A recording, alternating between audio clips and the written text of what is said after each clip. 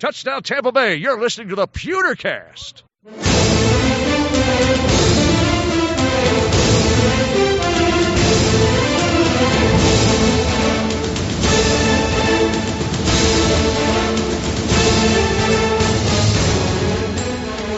Welcome to the Pewtercast. This is our final thought show where we will be grading out the Bucs at the Packers. I am Brent Allen, your host. Along with me, Ren Daxt, as always, my co-host, Ren. How you doing today, buddy? Hanging out, being cool, man. Life's good. Yeah, pretty good. Yeah, good, very good. It really. Not sure how I can expound on that. Well, I mean, like even after this week, you know, with the Bucs kind of having a little bit of an overtime loss for us here in Bucs Nation. Well, we got all that out during, well, at least I did, during the Instacast. It was extremely disappointing, but being a Bucs fan as long as I have, I'm not shocked by what happened. That's one of the benefits of the Instant Cast, isn't it, Ren? We get that what's the word? It's not lethargy. We get the catharticness to be a little group therapy with you and me and 35 of our friends hanging out in the chat room there at Mixler. I just really needed to get out of the house, basically. Sure. What it was. Like, I had to sit down and have a beer and just get away from that frustrating loss, I guess, was the best way to put it. It was just, I just need a little self-medication. I get it. I really get it. In fact, I not only need to get out of the house, I need to get out of the country. And next week, actually, I think we talked about this a little bit on one of our shows last week. I am actually going to be heading out to Puerto Rico. I don't know if that really counts as out of the country.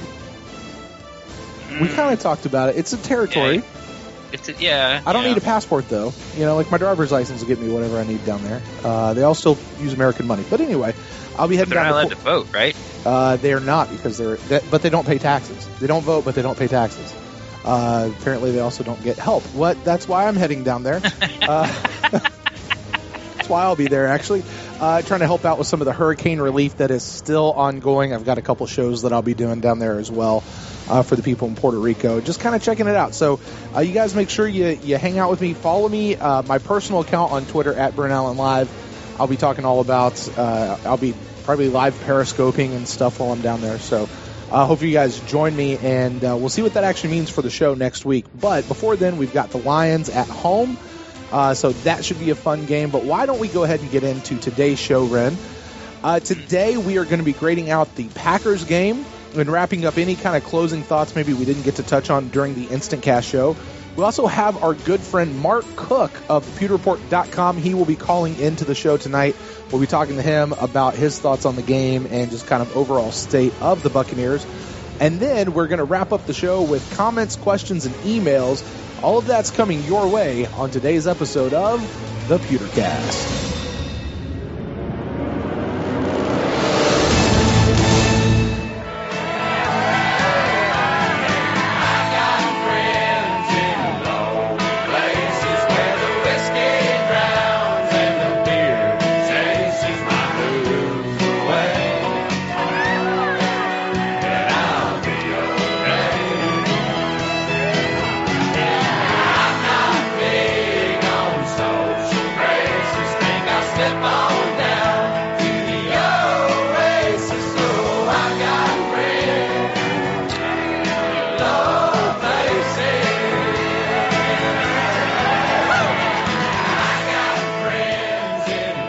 You're listening to the Pewtercast, and we have a special guest with us this week. It is none other than the editor and chief of pewterreport.com. He is the host of the Pewter Nation podcast, and with or without a coach, he is an FSU fan, nephew of Uncle Stan, caretaker of Nuck Nuck, the ginger badass himself, Mark Cook. Mark, welcome to the show, my friend. I appreciate it, guys. You finally twisted my arm enough to do the show again. I think I've done this earlier in the year. Things were a little bit different last time I was on. A little bit, yeah. Things were looking a little more up, a little more hopeful back then. And that one was even actually a call-in show. You got to call in for that one. So this is, it's definitely good to get you guys back in here, to get you specifically back on. Got a couple things I'd like to ask you specifically about the Bucs overall, but kind of before we get there, I wanted to just get your thoughts on the game this last week. I know we didn't get an official Pewter Nation post-game podcast. So just kind of wanted to let you speak on the game and any of your thoughts, regarding Bucs versus Packers. Well, first of all, there was no podcast because Trevor traveled to Green Bay, and, we do things a little on the cheap at Pewter Report, all right? We don't fly first class. So, he had to take a snowmobile from Green Bay to Madison, and from Madison he took a Greyhound to Chicago.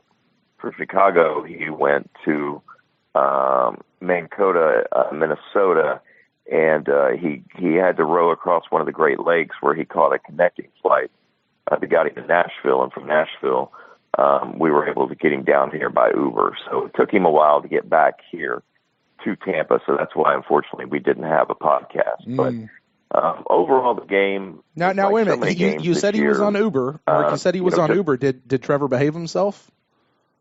Oh gosh. That's debatable. He used the Pewter Report account, and it has not been deleted yet. So so hopefully he did behave himself in the Uber. But yes. Just thoughts on the game itself at Green Bay. It was, like so many of them, kind of a frustrating game. I mean, an opportunity for the Buccaneers had to win, and unfortunately the defense, like they did in Buffalo, couldn't hold the lead. Now, again, you can't pin all this on the defense because the offense certainly should have scored more than the 20 points they did. They've just got to score touchdowns. They've got to, at this point now, if I'm Dirk Cutter, if it's 4th and 2, I'm going for it. If it's 4th and 3, I'm strongly considering going for it. Much as I like Pat Murray, when he walks out on the field, he's going to make a field goal, but you also know you're giving up 4 points there. And until this defense shows some sort of signs of life, I think you're asking them to do too much, and you're not asking your offense to do enough. And that's what we've seen, really, from this offense all year. Overall, I thought the play of Jameis Winston was pretty good after being off the field for 4 weeks, missing the last 3 games. A little rusty at times, but also brought a little bit of a spark, I think, to the offense. And, it's amazing how, good your quarterback can look when you've got a running game to go with it. And we saw that particularly in the second half for the Buccaneers. But, again, just too many mistakes and a defense that let them down towards the end. Go on, Ren. Oh, sorry. Hey, Mark. Thanks for joining us. You talked about Jameis Winston and, how he provided a spark, and I agree with you. But the fans have had a different view, most of it pertaining to when he lost the fumble and it fell in the defensive end's hand and he ran it back for 64 yards for a touchdown. It seems that the fan base is starting to get really frustrated with him making the same mistakes over and over again. Are you a little surprised, especially since he did play like 3 games injured, he hadn't been back for 3 weeks, that Bucs Nation has almost getting to the point where they're jumping off the Jameis Winston franchise quarterback bandwagon? No, I'm not surprised. Fans are fickle, and look, if they would have won this game, nobody would be talking about the bonehead fumble that was returned. People would be saying, Jameis had a great game. Again, when you win, it sure covers up a lot of mistakes, and when you lose, it magnifies things that aren't necessarily fair. Jameis Winston has got to be smarter than that. It's something that Dirk has tried to drive in his head. It's something that Jimbo Fisher tried to get through his head at times.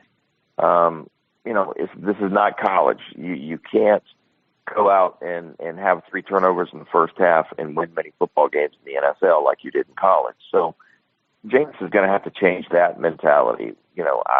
I love his competitive nature. I love the fact that he wants to extend every play until the last possible second. But the fact is there was only one Brett Favre, a guy that was a master at doing that. But Brett Favre was also a guy that ended up with a lot of turnovers in his career, particularly interceptions. You're going to get that when you've got a gunslinger mentality type quarterback. But you don't draft the guy number one overall as a quarterback to be a game manager either. So there's going to be some growing pains. You just hope that they tend to lessen over time. Unfortunately, we haven't necessarily seen that from Jameis Winston. I think the stat was 50 turnovers in 41 games or something like that. It's just too many. But I mean, when you look at some of the better quarterbacks in the NFL, you see some of the same numbers, similar numbers. In fact, I think Peyton Manning had more interceptions than Jameis Winston after his third season.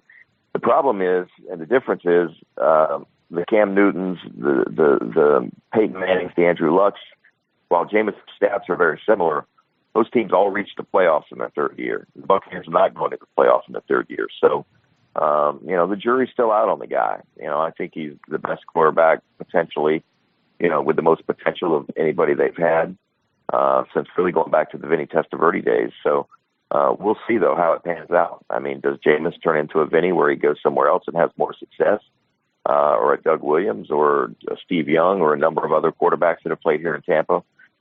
Trent Dilfer wins the Super Bowl when he leaves here. So, who knows if Jameis is the franchise quarterback that people have been longing for, or he's going to end up being someone else's franchise quarterback down the road. But if Jameis Winston stays healthy and stays on the football field, he's going to have a long and productive career in the NFL. Yeah, Mark, what do you make of that? One of the things the TV announcers kind of talked about, and we talked about this a little bit on our Instant Cast earlier this week, is that Jameis can, and the Buccaneers as a whole, but specifically Jameis, has a tendency to dominate the stat board. He can put up 350 yards. I think this game he did 271 or somewhere around there. But he can put up he could put up just a ton of stats. And as you just pointed out, the interceptions and stuff, they're not out of line with similar quarterbacks. I've never thought about the idea that those other guys went to the playoffs by their third year and this one's not. That certainly is something to consider in there. But the one stat that they're not able to really dominate in is the one that really matters, which is the scoreboard. And we've seen this really specifically this year. We saw this all through camp and through the preseason. The Buccaneers, they can move the ball up and down the field at will. It's just something happens when they get inside that red zone that Ren actually put it this way. He said that they get allergic to the end zone and they wind up pushing back the other way. Like, what do you make of all of that? Of how Jameis can do so well on one side, but really miss the one that matters. Well, I don't think we're going to blame Jameis completely on that because we've seen look, that last touchdown they got at Green Bay was a miracle. I mean, they get down inside the 5-yard line. They have a fumble situation. Jameis runs across the line of scrimmage. I mean, they're backed up, and they still get a touchdown there. But this team has so many self-inflicted wounds, and we saw it. Was it the Buffalo game that a touchdown was called back for O.J. Howard, or maybe that was the Miami game? I can't remember. But, again, there's been numerous games. I mean, go back to the Patriots game. People have forgotten Evan Smith had a hands to the face, which negated a touchdown. And I believe Nick Folk missed the field goal after that. Maybe he made that particular one. I can't remember. But the bottom line is, I mean, those were 4 points this team needed in that game. And, who knows how it changes the course of the game, as the Buccaneers, I think, ended up losing by 5 or whatever it ended up being. I mean, yes, ultimately Jameis is going to get too much credit when they win and too much blame when they lose. But you got to factor in play calling when you get down in the red zone as well, and matchups and things like that. I don't fully blame him for those things, but it is an issue with Dirk Cutter's offense when you go back to even his first year as Lovie Smith's offense coordinator, when I believe they were 5th or 7th in the NFL in total offense. But yeah, they were like 21st in points scored. They've got to score points, and that's what I was saying earlier. I mean, with the way this defense is playing, if you get inside the 35-yard line of the opposing team, I'm not going to. I mean, I'm going for it on 4th and less than 5 because you've got to keep the chains moving. You've got to score 7 points because its defense is not the defense of old where you could give Warren Sapp 14 points and pretty much count on a win. It just isn't that defense, and I don't see it becoming that defense anytime soon. But I don't pin it all on Jameis Winston, those red zone woes. Some of it, yes, but certainly not all of it. Let's switch over to Peyton Barber. Yeah. Best rushing attack we've had this year. I don't think I haven't seen anyone report, and definitely no one on this podcast thinks that Peyton Barber has a better skill set or is a more talented back than Doug Martin. But, the stat line doesn't lie. He did a better job behind a supposedly, quote unquote, banged up or worse offensive line. Do you think it was more of Peyton's running style, or just maybe it was just more of the Green Bay's front seven that allowed him to do that on Sunday? I think I'm going to give Dirk Cutter some credit there. And George Warhop, who's kind of in charge of their run game. I think they really took advantage of some things with the Packers defense, caught them with some blitzes and things like that, and Peyton was able to pop through. But I give him a lot of credit as well. This guy had 10 carries for 32 yards in the first half with a long of 6. That was very Doug Martin-esque, right? Mm-hmm. Nothing special about it. In fact, I'm not proud of this, but I called him Craig Lumpkin at one point during the game on Twitter. I just didn't see anything special in that first half.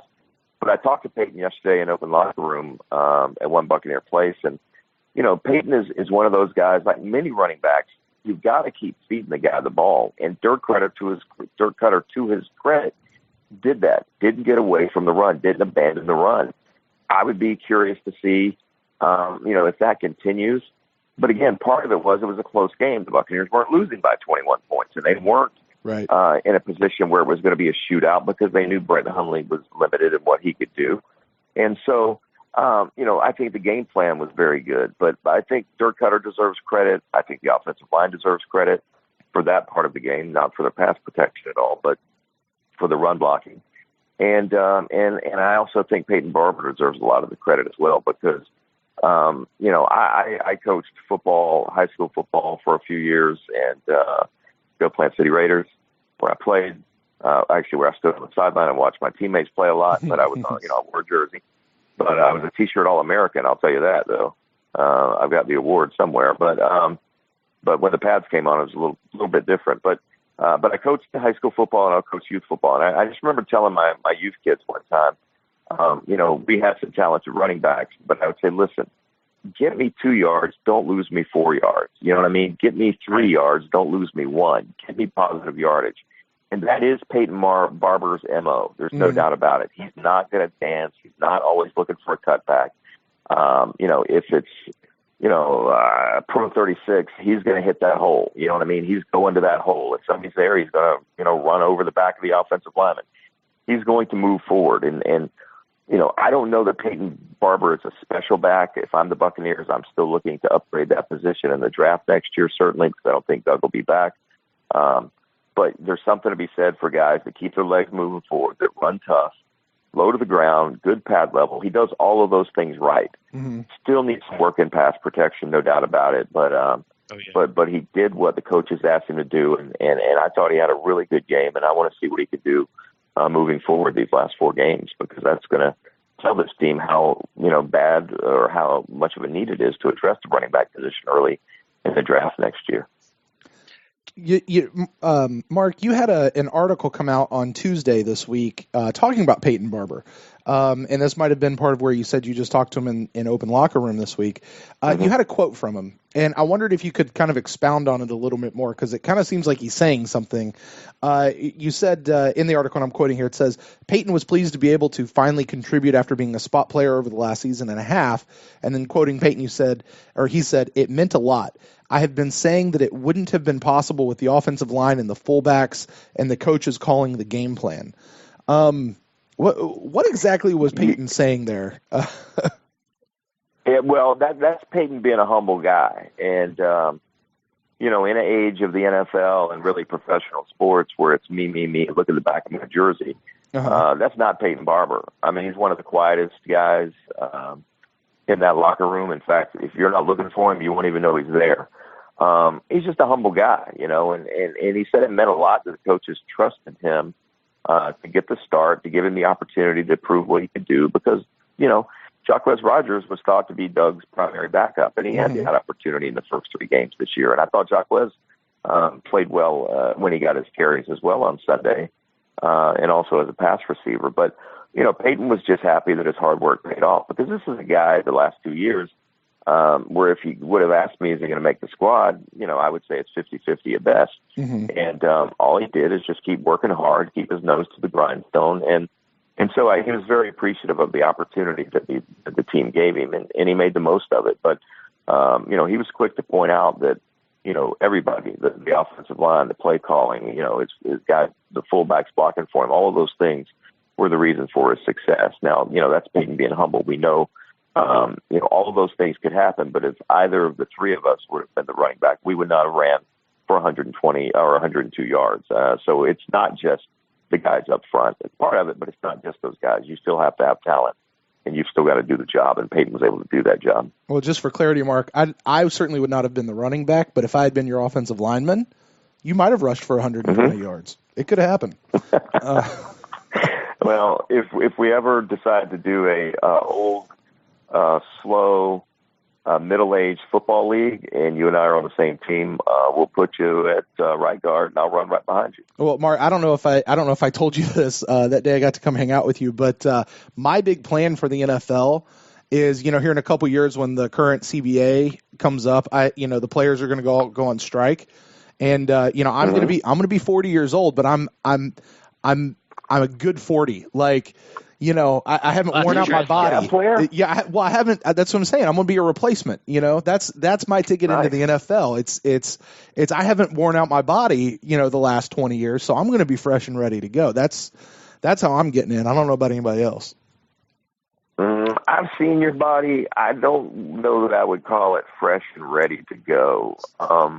Listen, I'm hanging out with Simeon Rice. I'm going to be training with him this offseason. Yeah. We're going to be good to go. Mm-hmm. It's the replacements, though. Yeah, I'm thinking more WWE or even sumo wrestling might be something. I don't know that I would maybe rethink that plan to be a replacement. True story. When I was in Tokyo, Japan, I was recruited to be a sumo wrestler.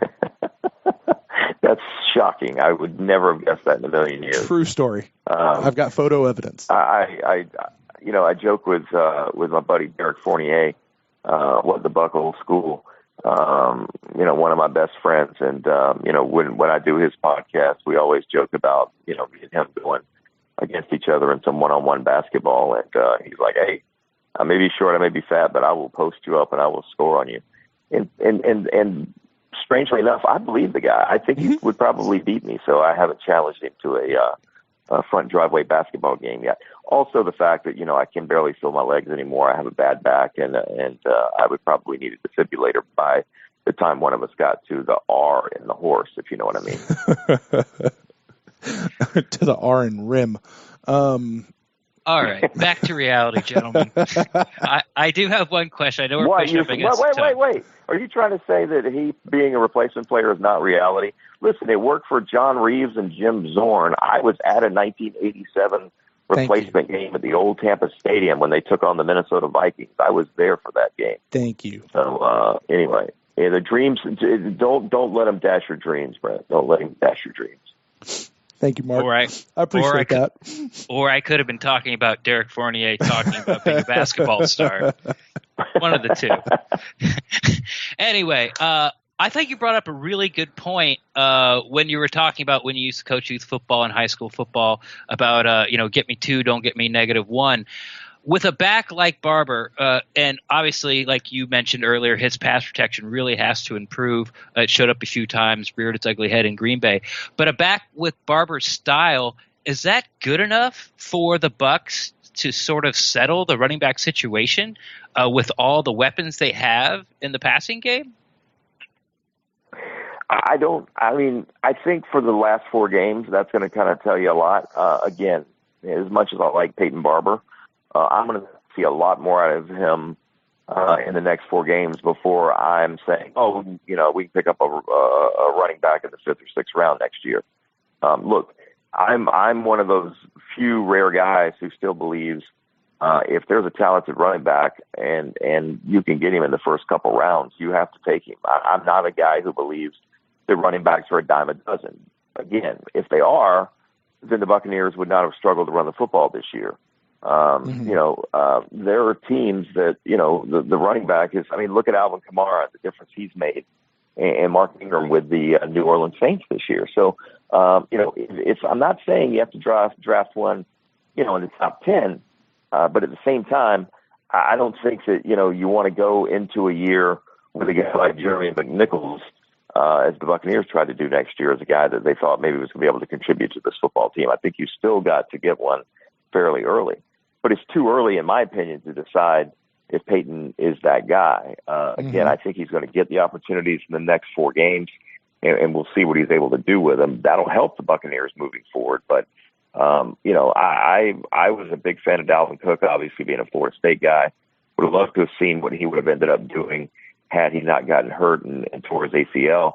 But he was off to a pretty good start for the Vikings.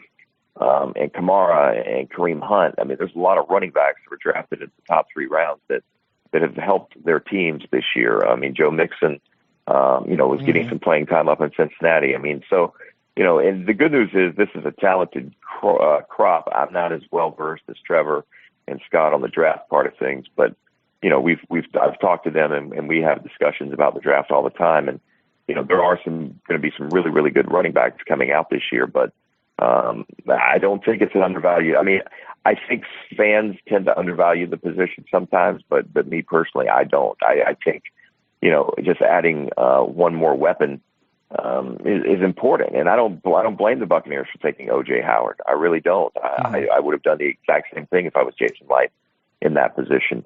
I may have moved up to try and get Dalvin in the second round. But again, it all depended on if you did that, then you probably don't have Chris Godwin on this team. You probably don't have Justin Evans on this team. You may not have Kendall Beckwith. So I see why Jason Light did what he did, and it's turned out pretty well for the Buccaneers. Yeah. Let me ask you this about Peyton Barber, and then we'll move on. It's probably pretty obvious, or goes without saying, that as long as Doug Martin is going to be in the concussion protocol, we'll continue to see more and more Peyton Barber. And I know Cutter has not committed one way or the other once Martin comes back, but what do you anticipate happening when Martin does eventually clear the concussion protocol? Again, he's not going to this week, most likely, so you'll probably see Peyton Barber back in there. Look, if Peyton has another 100-yard game, I think it's pretty clear what's going to have to happen. And Dirk is quick to say, when we were asking him about the Fitzpatrick Winston situation, hey, once the player's back, he's the starter again. We asked him that yesterday, and he was very non-committal on that. He says, well, it's a question, but it's nothing that we have to deal with right now because Doug is still in the protocol. So we'll deal with it when we get to it. But, most coaches tend to go back to their starters. But in a situation like this where Doug has not had a 100-yard game, and I think it's been 17 seasons now, if I'm not mistaken. 18. No, 18. Yeah, 18 years. No, it hasn't been that long. It just seems like it.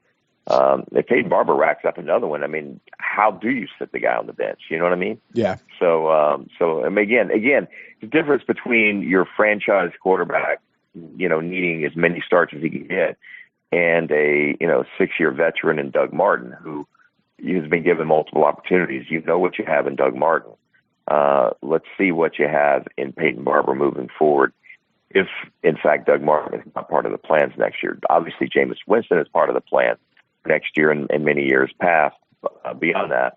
But I don't think that Doug Martin is. Therefore, that rule of throwing a guy back in there just because he's the starter, I'm not doing that. I'm going with the hot hand. Right. Yeah. I think a lot of fans would agree with you and like to see that same thing happen as well. Well, Mark, we've just got a few minutes left with you here tonight, so I just kind of wanted to open up the conversation wider as a whole, certainly beyond just this last game, of just sort of the overall state of the Bucs. I know you guys talk about it a lot on your show, and certainly in your at your website there at pewterreport.com, and then on the podcast Pewter Nation. But I know a lot of times you're also dealing with Trevor and Scott, and sometimes Uncle Stan runs around in there. So just kind of wanted to give you a minute. Just, what's your opinion about where the Bucs are, things that are going on? You're there at one Buck, you're there in the locker room. What's your feeling of kind of the state of the Buccaneers?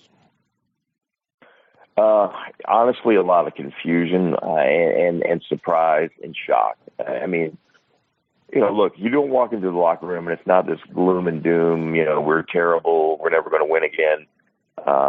It's completely different than back in 2011 when this team went on a 10-game losing streak under Raheem Morris. Mm-hmm. That was not a pleasant locker room to be in. This team's a little bit different. There's more veteran leadership on this team.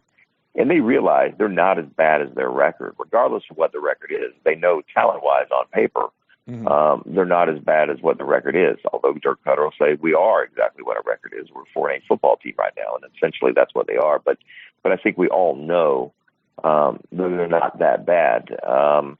So again, there is, there's not a gloom and doom around inside the locker room among the players. I think you see a little bit more of that maybe with the staff. We saw Dirk on Sunday after the game, just didn't have any answers. We saw him Monday, just really didn't have any answers, very frustrated and unfortunately maybe seeing the writing on the wall. These guys have to win some football games to keep their job. The Glazers have shown that it doesn't matter if you've been there 2 years or if you've been there a number of years like Tony Dungy was, or if you win a Super Bowl like John Gruden. If they feel that a change is necessary, they're not afraid to pull the trigger. So, you wonder if that's in the back of the coaches' minds as well. But, this team just needs to, get healthy and stay healthy. And you know what, if they can win a couple more games, I think that certainly serves Dirk Cutter and Jason Light much better.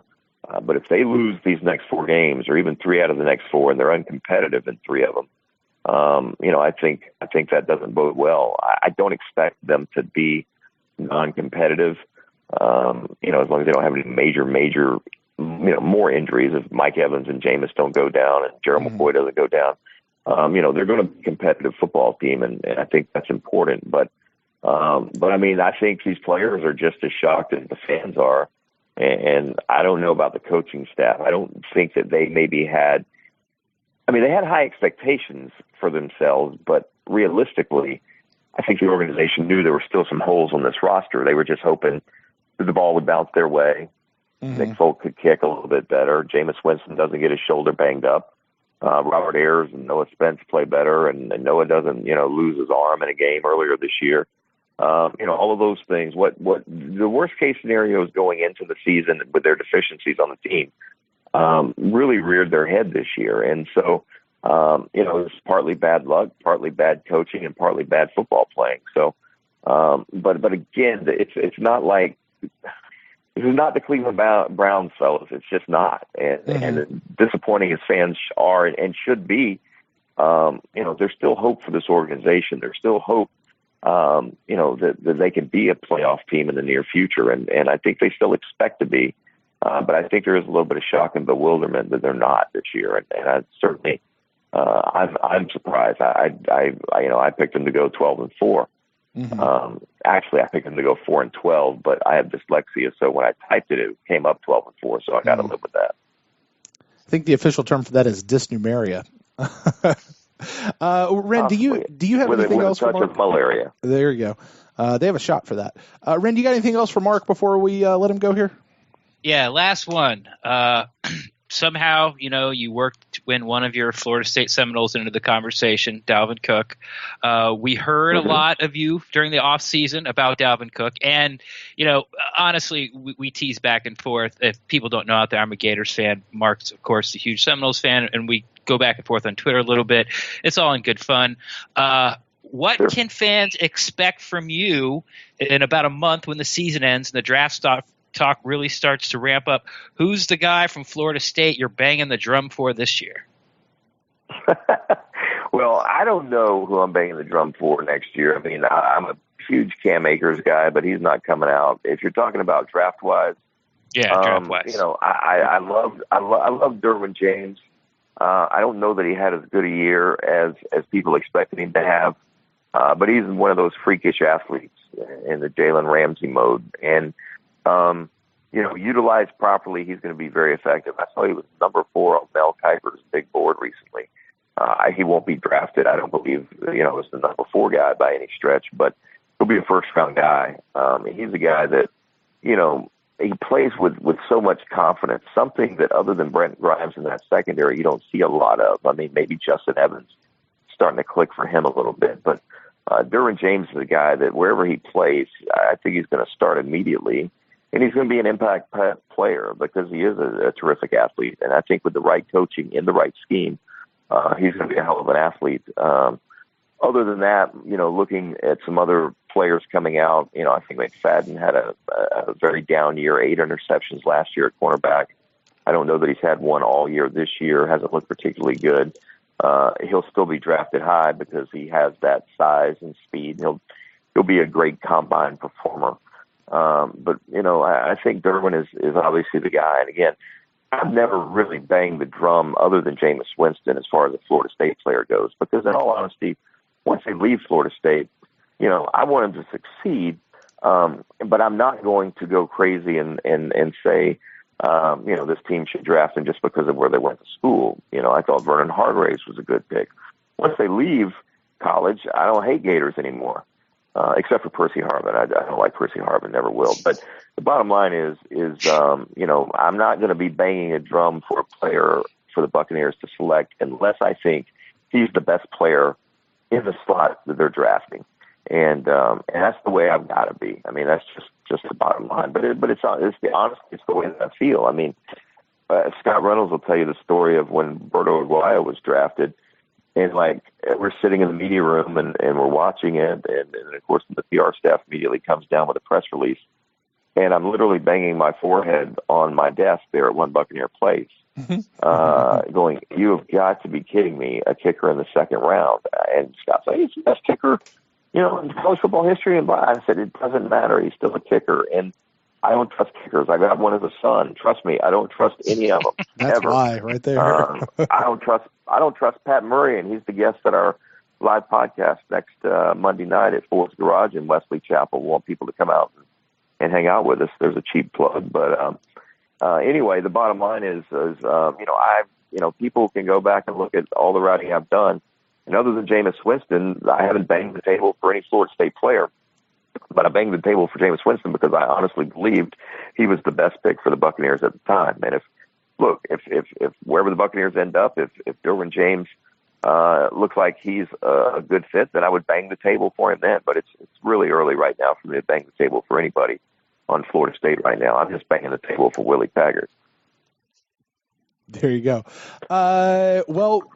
Mark, you kind of gave a little cheap plug there for the Ford's Garage thing with Pat Murray next Monday. Do you got any other cheap plugs you want to bang for Pewter Report as we head out here? Yes. Hair Club by Men. I'm a cheap plug for Jimbo Fisher, who has obviously over the last few years got some plugs in his hair. Mm-hmm. So he'll look good on camera for Texas A&M. Where is the loyalty? You can tell. Where's the loyalty? Yeah. Screw Jimbo. It's basically what he did. He flipped off Florida State when he walked out the door. So anyway, by the way, I've seen those facilities at Florida State. I've been up there 2 years in a row for the kicking camp with my son. I don't know, a football-only facility as far as athletic offices, I get that. But as far as the ACC goes, other than Clemson, they're right up there, and they rival some of the SEC programs. No, it's not Georgia. No, it's not Alabama. But anyway, I'll get off the Jimbo Fisher tangent. But Hair Club by Men for Jimbo Fisher, there's a cheap plug. But really, we want people to come out Monday and support Pat Murray, who's going to come out. We're doing a $7 burger. Pat designed his tailgate burger. We'll have details on that tomorrow. We'll also be doing some $3 Guinness drafts. And, $3, 3 points. He's a kicker. Get it? So we're doing a bunch of tie-ins. Pat's going to sign some cleats, a pair of cleats to be raffled off. We're going to do some other raffles. We've got some other prizes we'll be raffling off as well. But people can come out, watch the live podcast or podcast, and they can hang out with Pat. We've got a couple other Buccaneer players who said they're going to swing by. Not 100% committed on that, so I don't want to give up, their names and then somebody show up and be mad that they didn't show up. But all the money from the raffle will go to Pat's charity, the Shriners Hospitals, and also Ford's is going to be kind enough to donate 10% of their entire restaurant proceeds that night. Will go to Pat's charity as well. So we hope people will come check that out. It's from 7 to 9 at the Ford's Garage in Wesley Chapel. We'll have a story up tomorrow where people can kind of give us an idea if they're coming. It's not an official RSVP, but if we can get kind of a heads up, that'll make it easier for Ford's to plan how many of those Pat's Kickin' Tailgate burgers to have ready to go. Sounds delicious. Do you? And other than that, I got no other plugs. No other plugs. Do you have a little info on what the burger is? Can you remember what he made up there? Well, okay, Pat's from Ireland. We know that. So, right. From what I understand, there's going to be what are those sheep intestines called? I can't remember. Haggis. Haggis. It's going to be haggis with shepherd's pie and drenched and deep fried in Guinness. So that's what we understand it's going to be.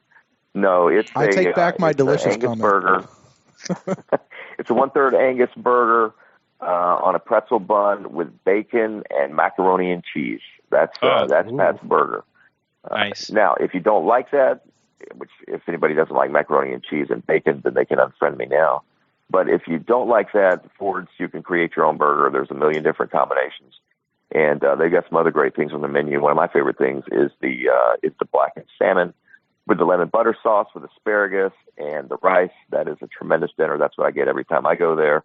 And we'll also have I already mentioned the drink special, the $3 Guinness draft. So people can come out and get hammered, and they can also call an Uber driver to get them home. Or if they have a nice car, I'll just take it to my house. All right, there you go. You guys make sure you check that out, and more details about that are going to be coming out on Wednesday of this week at pewterreport.com. You make sure you follow Mark and all the guys that they do, all the things that they do over there at pewterreport.com, Pewter Nation podcast, and all those things. Mark, man, thank you so much for taking time out of your night to come hang out with us for a little bit. No problem, man. I appreciate you guys having me on, even though you guys are one of you guys is Gator, the other is Kentucky. Again, like Ren said, we go back and forth. I don't have any animosity at all towards Gator fans. I don't like them. I would never date one. But I will let them buy me beers at Ford's. I'll let them buy me dinner at Burns. All of those things. If your son came home with a Gator fan, if you're not having fun in a rivalry, then you don't really enjoy college football. So anyway, it's all in good fun. Hope nobody takes any of my nonsense personal on Twitter. They can follow me at MarkCook1970. I'm considering adding my Social Security number and my address so people can just go ahead and steal my entire identity, but I haven't quite done that yet. Might help. I may still. So it can only help my credit report. You're right about that. All right, Mark. Well, thank you so much for your time tonight, buddy. I really appreciate it. All right, man. We'll catch up with you guys later. Thanks for having me on.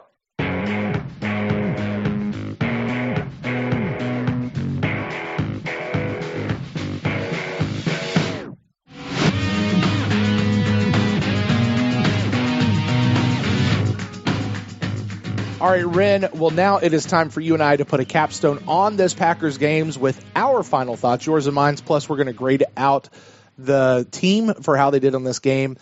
For this game, the Buccaneers took on the Green Bay Packers to close out a 3-game road trip. Most importantly in this game, we saw the return of the Buccaneers franchise quarterback Jameis Winston after being out for 3 games due to injury, but it really wasn't as simple as that. This is perhaps the most banged up, Ren, I think that the Buccaneers have been all season. 2 of our best O-line, actually our 2 best O-linemen, recently replaced on IR for the rest of the year. And then our backup center suddenly came down with the flu, which left Jameis taking snaps for his first game back under a 3rd-string center. And boy, did it show. Plus, Doug Martin was out in the concussion protocol, so the RB1 duties, as we spoke to Mark quite a bit about, fell to Peyton Barber, who became the first running back to hit the century mark for the Buccaneers. I was trying to find validity on this, Ren. Is this the first time since the 2015 season we've had a running back hit 100 yards? Gosh. Did that happen It's certainly the first time this year. I don't think it happened last year. No, it happened last year because Jaquiz went for 100 yards in the Monday night game in Carolina. Well, there but you go. It was sort of like Peyton's, like it was like 101. Like it just got there. Just barely. Well, either way, it's been that long since we've had a running back run for 100 yards. So that actually happened as well. In the end, the Buccaneers wound up losing in overtime, 26-20. Now, Ren, you and I have already talked about this game to some extent on the Instant Cast, and this is where I want to encourage everyone to go back and listen to the Instant Cast if you haven't. That has actually become our most popular show that we put out. We get to get together fairly soon after the game is over. We are live. There are people who are listening. They're having a chat room. People are calling in, and we're getting to talk about the game. So we've already given kind of a lot of our initial thoughts there at the Instant Cast show. But, Ren, now I put it to you. Now that things have settled down, we've had some time to think about it, do you have any final thoughts as we look to grade out this game? It's amazing that they lost this game. That's pretty much it. It was almost it had to be a perfect storm for them to lose this game. Like, even when the game was tied, but we got the ball back, and you had 3 timeouts plus the 2-minute warning was coming up, and the first play, Charles Sims gets a swing pass and takes it out to our 40. So you're 2 first downs roughly away from kicking the game-winning field goal, and you still got all your timeouts, and it's a 2-minute warning. So. I even think if Jameis's fumble, if they would have tackled the defensive lineman, within the 10, 15 yards when he got the ball, I still think the Bucs would have won that game, because I don't think that Hundley would have drove him down and got a touchdown, perhaps a field goal, but I don't think they would have scored a touchdown. So just frustrating. It was just frustrating. But I thought Jameis looked good coming back. Besides that one bonehead play, which everyone is sort of piling on him for, and I understand it. It's, you keep telling your dog not to, poop in your shoes, and the dog keeps telling you that, okay, I understand, I won't poop in your shoes, and then every time you come home Sunday, there's poop in your shoes. So eventually you're just going to be like, you're just, is the dog ever going to learn? And I'm not calling James Winston a dog or anything like that, but it just seems, it's trying to equate it to something that happens to a lot of people, or people have dogs out there. But yeah, it was just, you're just like, when is he going to quit doing that? Like, when's he going to learn? So, the emergence of Paget Barber was nice to see.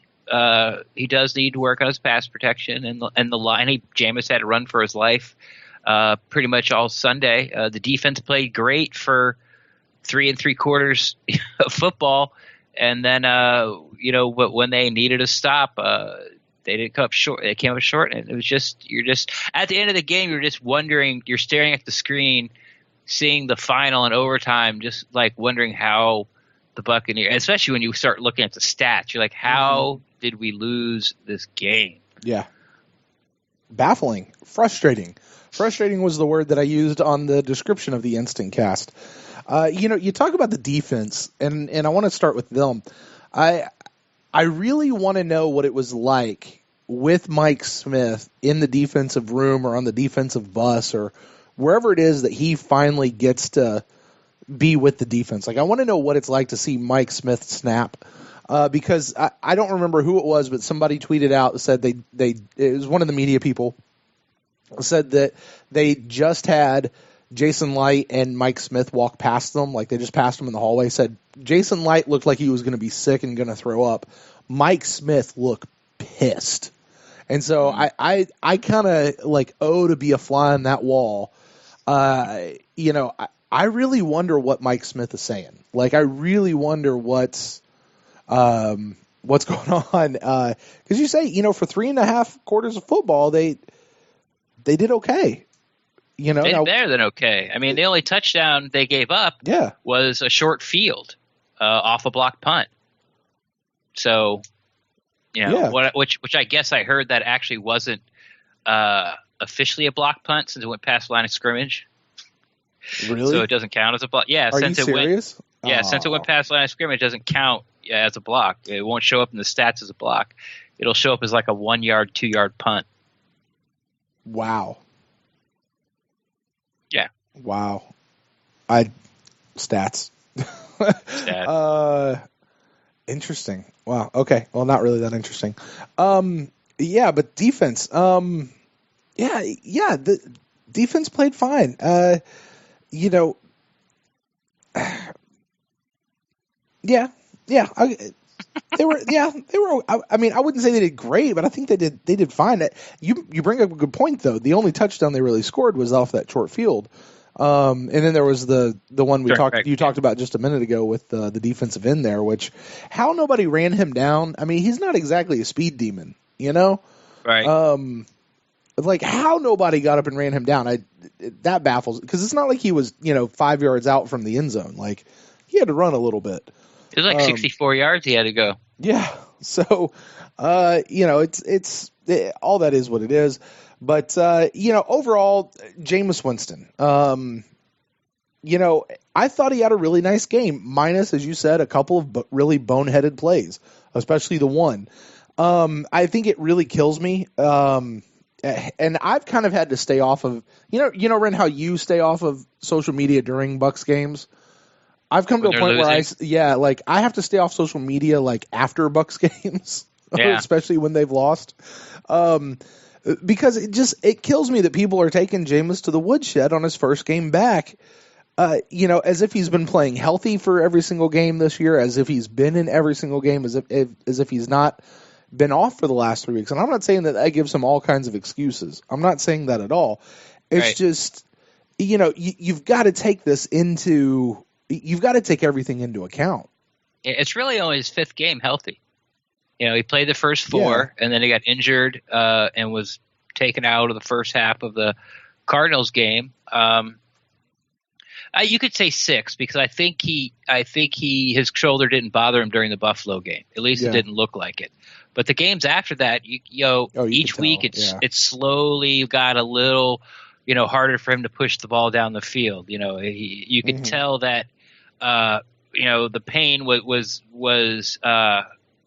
even though he's all hyped up and you're in the game and your adrenaline's running and you're playing, when he threw the ball, you could tell it was discomforting for him.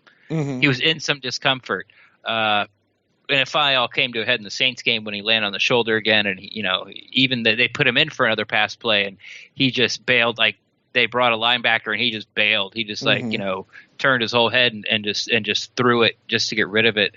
And then we hadn't seen him for 3 weeks. So, yeah, I was really surprised. We talked a little bit about with Mark there. I was really surprised because Jameis he did have one game where he had the turnovers in Minnesota, but besides that, his first 3 games he played really good, and I think he was taking the steps that we were expecting. And then you tack this one on, even tack on the Buffalo game. He had a very good Buffalo game, maybe his best half of football ever. That second half. So I think it's more of how poorly the team has played and the high expectations we had, and everyone's sort of hurt and disappointed, and the defense letting us down at crucial times. I'm definitely not blaming the defense for the record, or at least not pinning the whole, the lack of wins and expectations at the defense, not laying it down at the defensive feet. But, when the defenses needed to step up this year, I think they did it like one time that I can remember off the top of my head, and that was the Jets game. It was like a 4th down, and they needed to stop them, and they did. There's a couple other ones where we need to get the ball back, and we did get the ball back, but the offense didn't, pull it off the end now that I'm thinking. But anyway, the point being was that I'm just really shocked that, everyone has – not everyone. There's been a segment of the fan base that's questioning not only Jameis as far as this year, but they're starting to think about, is it time to draft another quarterback? Which is move on from him, trade him. There's a whole segment of people, and I'm just going to go on record and say I think that's dumb. I understand your frustration, fans. If you're a fan, I get it. I understand the frustration. No, we're not trading Jameis. And no, we shouldn't trade Jameis. We need to keep Jameis. We don't, if we need to draft a quarterback, it's going to be a late round quarterback that we're drafting as a backup because Ryan Griffin's gone away and Ryan Fitzpatrick is gone. That's the only reason I can see to draft a quarterback. I don't think we're drafting a quarterback this year. I'm not saying we should. I'm just saying that's the only reason I could see to is if we had no other quarterback on the roster, then maybe, okay, we could talk about it. But we're not drafting his replacement. We draft a backup. That's what we would draft. We're drafting another Ryan Griffin. Right. And Ren, you even talked about a little bit of, the frustration of saying, when is he going to learn? When is he going to learn? And, I detailed it a little bit on the Instant Cast. And honestly, I think the answer to that question is right now.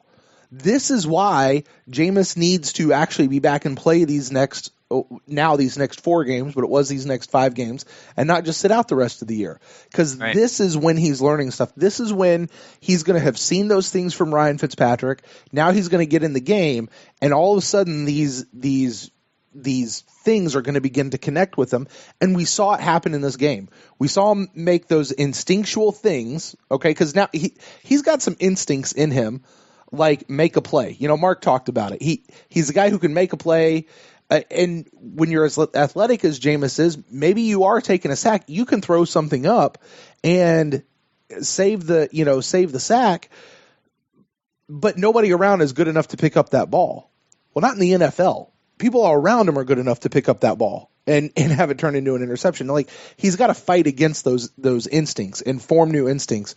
And we're seeing him do it. We saw him in the fourth quarter throw up his arm, wing back, and then grab it and pull it back down. And not because he had to in the moment, but because he actually made the decision.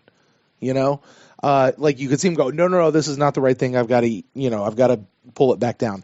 And so I think, and we'll have to see this over the next couple of games. I think right now we are watching him learn right now. But overall, I think Jameis had a pretty decent game, I would say it was above average. I would say it was pretty decent. Pretty decent, yeah. I'm a little undecided on Jameis Winston's personal play as far as average versus above average. I don't think it was excellent, but to come back off of being off for 3 games. I thought he did fine, especially behind an offensive line that was really banged up. Now, the offensive line, Ren, I want to talk to you about this because we didn't talk about this a super ton. Offensive line, our 2 best linemen, Ali Marpet, DeMar Dotson, go on IR. Joe Hawley comes in. He gets sick the night before. Evan Smith gets pressed right into starting center duty when he's technically our 3rd string center. Probably the worst game we've ever seen as a center. However, and what's it called? Pass blocking, atrocious in this game. However, Peyton Barber did get 100 yards. Jacquizz Rodgers, when he was running the ball, didn't look too bad. Charles Sims, when he was running the ball, also did not look too bad. So the running game looked like it was getting some stuff done. They did put up 20 points, which wasn't quite enough to win the game. Should have been 34, but whatever. The offensive line did not perform as atrociously, or did they, as you might have thought, being kind of the patchwork. Caleb Benenoch. Sorry, Caleb Benenoch was starting way up there in right tackle, sucking wind by the 3rd quarter, by the way.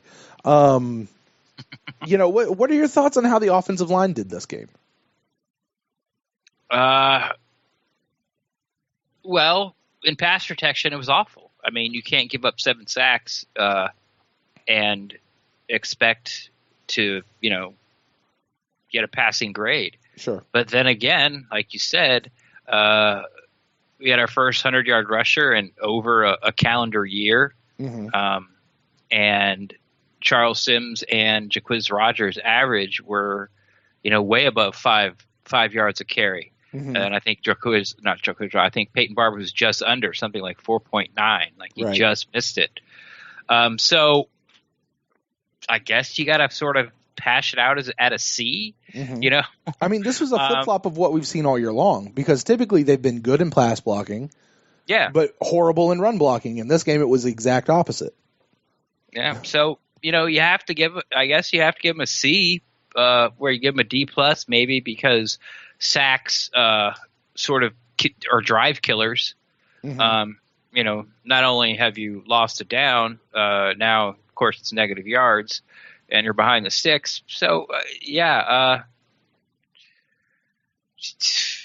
I probably a little, and it's funny, and I know I sound like I'm stammering because I am, but they run block better than I thought they would, and they pass block worse than I thought they would. Right. So it's just sort of a wash. It's almost like, well, they did exactly what I expected them to do.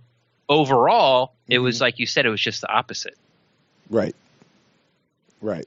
So, who knows? Now, hopefully we get Joe Hawley back this week, coming off sickness. We're still probably going to see Caleb Benenoch over there at right tackle. I will say this, Caleb Benenoch went back. I didn't get to rewatch the whole game on the coach's film, but I watched some particular plays. He was not awesome, to say the least, at all. So, talking about some of those, 7 sacks certainly came off of Caleb Benenoch. But he will certainly be back. Hopefully we get Joe Hawley back. Presumably that means we go back to the weird rotational thing between Smith and Pamphile. I don't really know, but we'll see what happens this week with the offensive line. I think it's going to be Pamphile is going to kick over to right tackle. And you think so? Evan Smith will play right guard or left guard, and Joe Hawley at center. Interesting. We'll see. Yeah. I mean, and that would make sense because they've always told us this whole year that Kevin Pamphile is the first backup tackle. However, as we've seen, a lot of times when we need a backup tackle, somebody goes down, it's not Kevin Pamphile who actually kicks out to the tackle. So now there's the difference between somebody filling in for a few plays versus somebody filling in for the whole game. So, we'll see. I like your scenario better. I got to be honest. I really do. Yeah, and like you said, Caleb Benenoch didn't do himself any favors this Sunday for getting himself in the right tackle starting spot this week versus Detroit. Yeah, he almost just didn't look ready, like game ready. He didn't look like he was conditioned enough. Wasn't Green Bay ready? Yeah, just didn't quite look like he was ready. So, which hopefully he does get another chance at some point and he does better. But, other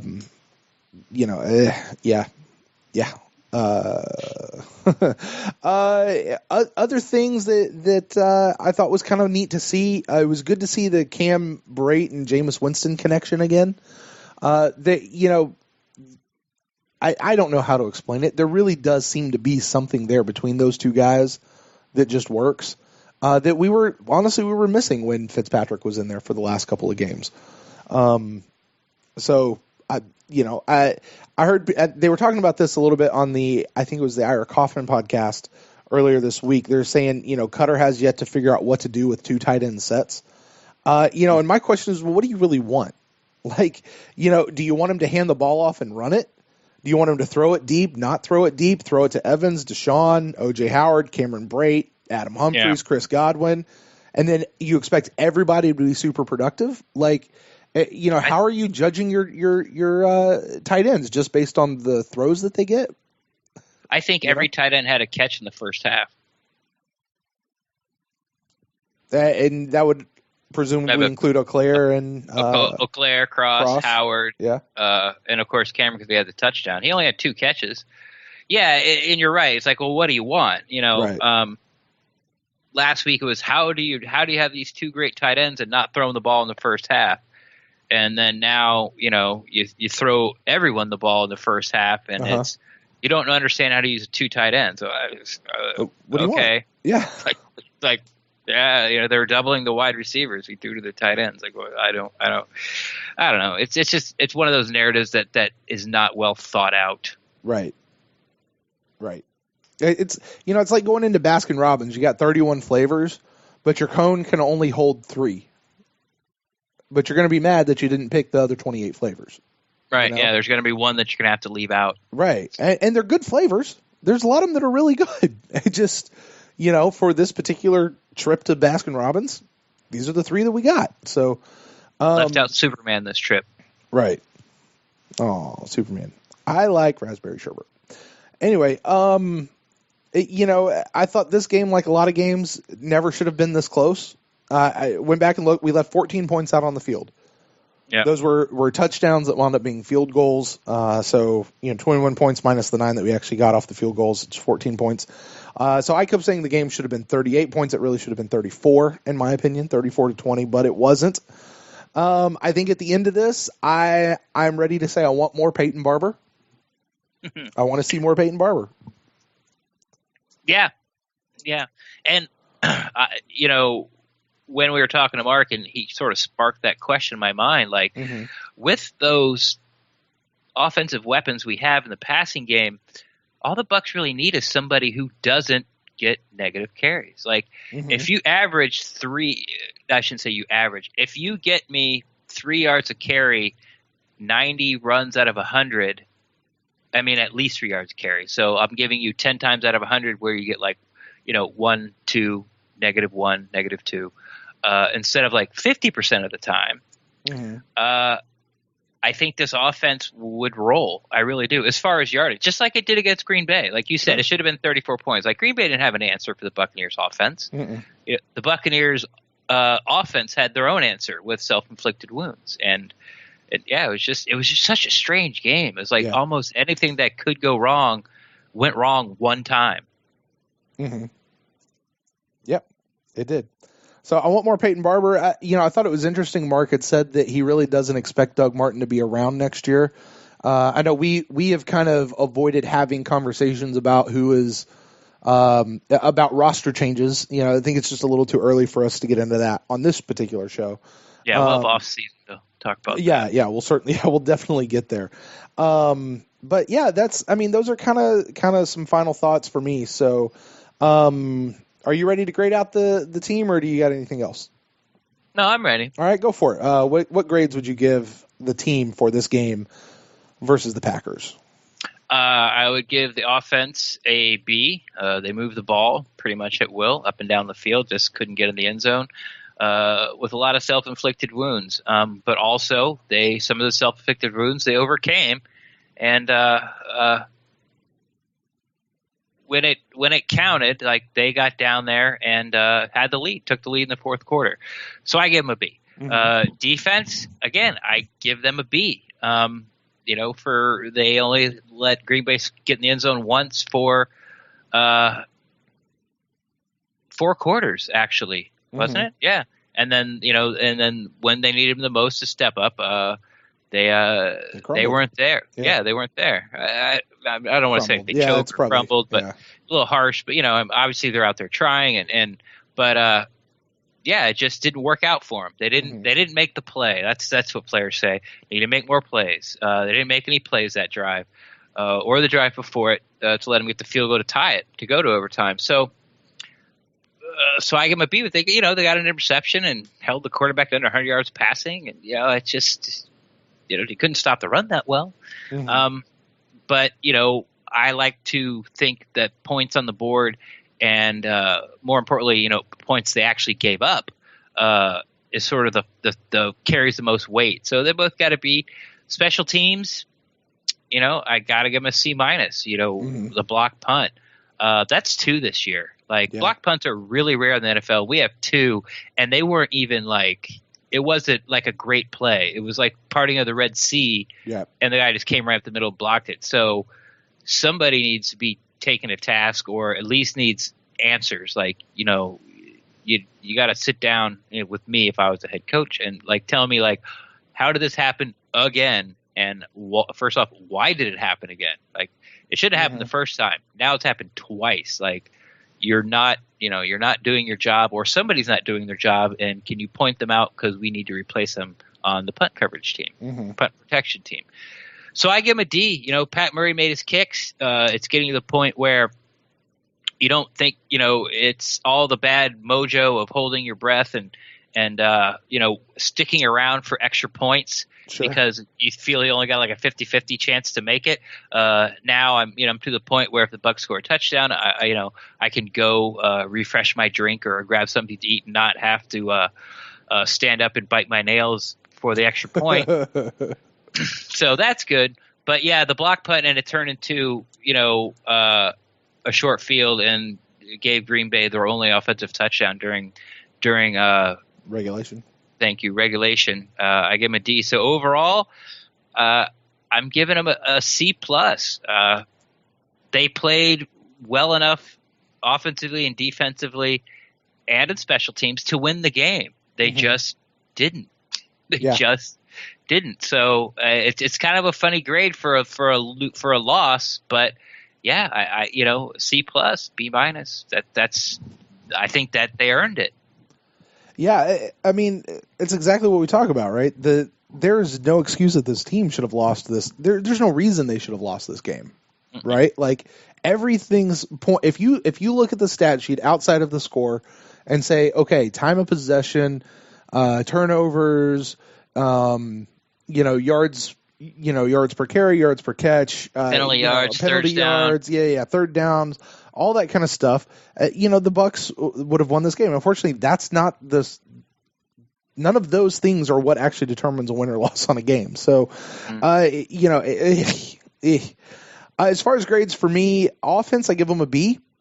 I thought the offense did pretty well, except for getting right up to the end zone and putting it in. 3 separate times they should have had a touchdown. And Mark was even talking about this, and I was thinking about it, didn't kind of comment on it, but how many times this year have we seen a touchdown negated by a penalty?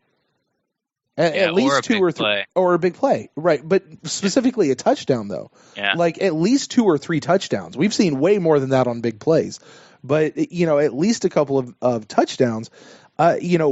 I don't know what it is that this particular unit, this particular year in 2017, hasn't been able to actually get touchdowns, and they've had to settle for field goals. However, that being said, they could, as you said, Green Bay had 0 answers for our offense. Yeah, like we were able to move that ball. We controlled the ball for almost the entirety of the third quarter.